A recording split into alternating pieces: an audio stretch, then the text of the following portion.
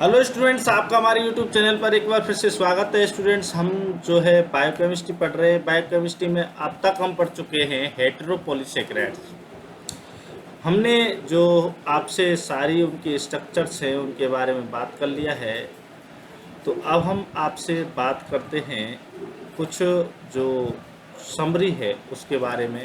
तो सबसे पहले आपने अगर हमारे यूट्यूब चैनल को सब्सक्राइब नहीं किया है तो पहले इसे सब्सक्राइब कर लें। चलिए हम बात करते हैं आज के हमारे टॉपिक की। तो वो है A summary of glucose mean glycans composition distribution and function. अगर हम बात करते हैं glycosamino glycan composition tissue distribution function की, तो हेलारोनिक एसिड जो होता है D glucuronic acid N acetyl glucosamine का बना होता है। टिश्यू करेक्टिव टिश्यू में साइनोवियल फ्रूट में पिट्रस ह्यूमर में पाया जाएगा। सब लुब्रिकेंट एंड शॉक एब्जॉर्बर और promotes wound healing. Chondroitin sulphate जो होता है D glucuronic acid N acetyl galactosamine 4 sulphate होता है। Cartilage bone skin blood vessels walls में और helps to maintain the structure and shapes of tissue. Heparin जो होता है डी ग्लूकुरोनेट 2 सल्फेट होता है। एन सल्फोग्लूकोजामिन 6 सल्फेट होता है। Blood lung liver kidney spleen पाया जाता है। X anticoagulant. डर्मेटन सल्फेट होता है L iduronic acid N acetyl galactosamine 4 sulphate blood vessels में वाल्व में पाया जाएगा, हार्ट वाल्व में पाया जाएगा, स्किन में पाया जाएगा। ये इंपॉर्टेंट इस वजह से हो सकता है। Maintains the shapes of tissues. Keratan sulphate जो है डी गैलेक्टोज और एन एसिटाइल ग्लूकोजामिन 6 सल्फेट से मिलकर के बना होता है। कार्टिलेज में पाया जाएगा, कोमियम पाया जाएगा, कॉर्नियम पाया जाएगा, करेक्टिव टिश्यूज में पाया जाएगा। और ये क्या करता है, कीप्स कॉर्निया ट्रांसपेरेंट कॉर्निया को क्रेटन सल्फेट करके रखता है। तो ये इंपॉर्टेंट लाइन आ जाती है। इस वजह से इस टेबल से भी का एक क्वेश्चन आ सकता है आपके कॉम्पिटिटिव एग्जाम में। तो इसको आप याद रखें, टेबल को आप बना लें। और अब हम बात करते हैं एगार्स एंड पेक्टिन्स के बारे में। तो एगार और पेक्टिन्स की बात करते हैं। तो एगार जो होते हैं mostly found in seaweeds polymers of galactose sulphate and glucose. आगे समझ में, since agar is not digested it serve as dietary fibre. Agarose with galactose and hydrogalactose is useful in the laboratory as the major component of microbial culture media and as in electrophoresis. तो agarose जो होता है जो laboratories में काम आता है वो एगारोज काम आता है, ना कि एगार काम आता है। ये ध्यान रखें आप, ठीक है। एगार को डाइजेस्ट नहीं किया जा सकता, इस वजह से ये डाइटरी फाइबर है। पेक्टिन्स जो हैं found apples and citrus fruits contain galacturonate and rhamnose.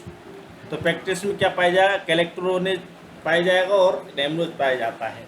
Pectins जो होती हैं बीइंग नॉन डाइजेस्टेबल होती हैं, are useful in dietary fibre. They are also employed in the preparation of jellies. ये जेलीज के प्रिपरेशन में पेक्टिन्स काम में आती हैं। तो यहाँ पर इम्पोर्टेंट बात हो जाती है कि अगर आप अभी तक पढ़ते हैं तो एगार की बात करते हैं, लेकिन लेबोरेटरी में ये क्या है, एगारोज काम में आती है। एगारोज ही इलेक्ट्रोफोरेसिस में काम में आती है। एगार जो है वो गैलेक्टोज सल्फेट और ग्लूकोज का मिलकर के बना होता है।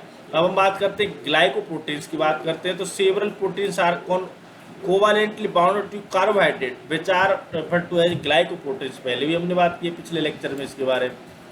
The carbohydrate content of glycoprotein varies from 1% to 9% weight. Carbohydrate का 1% से 90% तक हो सकता है। Sometimes the term mucoprotein use for the glycoprotein with carbohydrate concentration more than 4% पर हम जो है म्यूकोप्रोटीन इसका नाम दे देते हैं। Glycoproteins are very widely distributed in their cells and perform variety of functions. These include their role as enzymes, hormones, transport proteins, structural proteins, and receptors. A selected list of glycoproteins, their major functions is given table number 2.4. The carbohydrates found in glycoproteins include mannose, galactose, N-acetyl glucosamine, N-acetyl galactosamine, and xylose. L-fucose and L-N-acetyl nuraminic acid. Nana is an important ciliatic acid.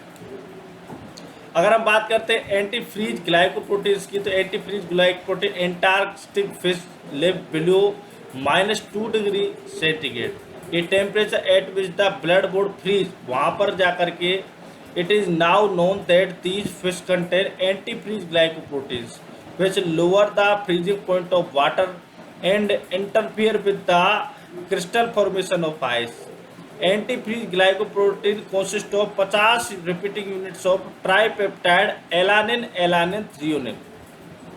Each threonine residue is bound to beta galactosidal 1 2 3 carbon alpha n acetyl galactosamine।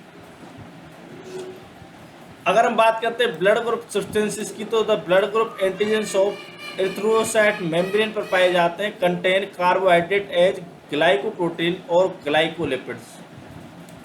कुछ भी हो सकते हैं, ये glycolipids भी हो सकते हैं, ग्लाइकोप्रोटीन्स भी हो सकते हैं। N acetyl galactosamine galactose fucosylated etcetera are found in the blood group substances.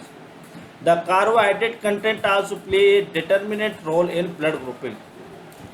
देखिए, अब हम बात करते हैं, अब आपसे बात करते हैं एगार और इनकी बात कर ली हमने विस्तृत रूप से। तो हमने ग्लाइकोप्रोटीन्स की जब बात की तो हमने बात की 1% से 90% तक ये ग्लाइकोप्रोटीन्स में कार्बोहाइड्रेट का पार्ट्स हो सकता है। अगर कार्बोहाइड्रेट का जो कंसंट्रेशन है 4% से ज़्यादा है तो इनको हम म्यूकोप्रोटीन्स भी कहते हैं।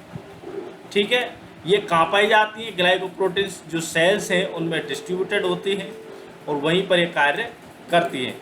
ये किस किस रूप में कार्य करती हैं ग्लाइकोप्रोटीन्स? ये एंजाइम के रूप में काम करती हैं, हार्मोन्स के रूप में काम करती हैं, ट्रांसपोर्ट प्रोटीन्स के रूप में भी काम करती हैं, स्ट्रक्चरल प्रोटीन्स के रूप में भी काम करते हैं, रिसेप्टर्स के रूप में भी ग्लाइकोप्रोटीन्स काम करती है। आगे बात समझ में?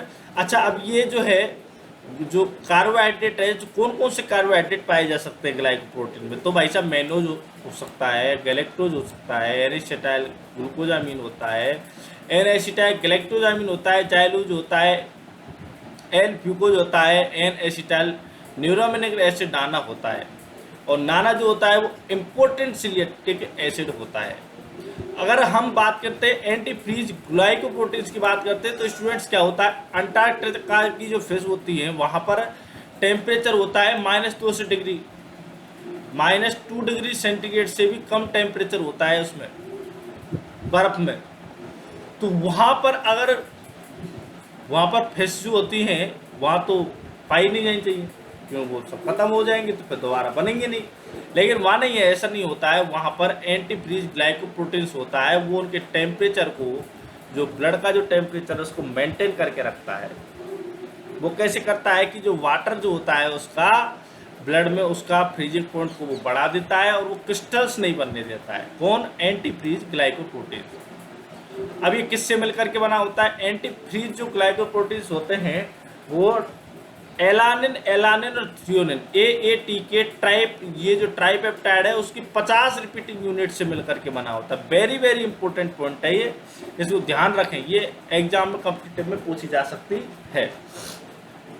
AAT की 50 रिपीटिंग यूनिट ट्राइपेप्टाइड है ये, इसकी 50 रिपीटिंग यूनिट से एंटी फ्रीज बना होता है। ठीक है, और इसमें क्या रेजिड्यू पाया जा सकता है? Beta galactosyl 1 to 3 alpha N acetyl galactosamine पर कनेक्टेड, जो उस पर क्या है, थ्रियोनिन जो है उस पर अटैच मिलेगा आपको। अगर ब्लड ग्रुप की बात करते हैं तो ये भी क्या है, ये एरिथ्रोसाइट या आरबीसी जो होते हैं उन पर पाए जाते हैं, और इनमें जो कार्बोहाइड्रेट्स हैं वो ग्लाइकोप्रोटीन्स भी हो सकते हैं, ग्लाइकोलिपिड्स भी हो सकते हैं। ठीक है, ये दोनों चीज़ें रख सकते हैं। तो ये N acetyl glucosamine galactose फ्यूकोसिलेट etcetera ये पाए जाते हैं इनके सब्सटेंसेज ब्लड ग्रुप के में। और कार्बोहाइड्रेट जो है एक इम्पोर्टेंट रोल प्ले करता है किसमें? ग्रुपिंग में। तो ये ग्लाइकोप्रोटीन्स हैं और उनके कार्य हैं। ग्लूकोलेजन है उसका काम है स्ट्रक्चर, हाइड्रोलेजेज, प्रोटेजेज, ग्लाइकोसाइडेज इनका एंजाइम्स के रूप में काम है। सेलुलोप्लाज्मिन है उसका ट्रांसपोर्ट में काम है। इम्यूनोग्लोबिन्स का काम डिफेंस इन्फेक्शन में। साइनोवियल ग्लाइकोप्रोटीन्स का ल्यूब्रिकेशन में। थायरोट्रोपिन का काम, एथ्रोपोइटिन का काम है हार्मोन्स के रूप में। ब्लड ग्रुप सब्सटेंसेस एंटीजेंस के रूप में। फिब्रिनोनेक्टिन जो लेमिनिन है उनका सेल रिकॉग्नाइजेशन एडेशन में। और इंटेंसिव फैक्टर्स हैं एब्जॉर्प्शन ऑफ विटामिन B12 में। फिब्रिनोजन है उनका ब्लड क्लॉटिंग में। तो ये इस टेबल में से क्वेश्चन आ जाता है कई बार। इस टेबल को याद रखें कि कौन सा ग्लाइकोप्रोटीन क्या काम करता है। तो स्टूडेंट्स आपको हमारा ये समझ में आया होगा लेक्चर। आप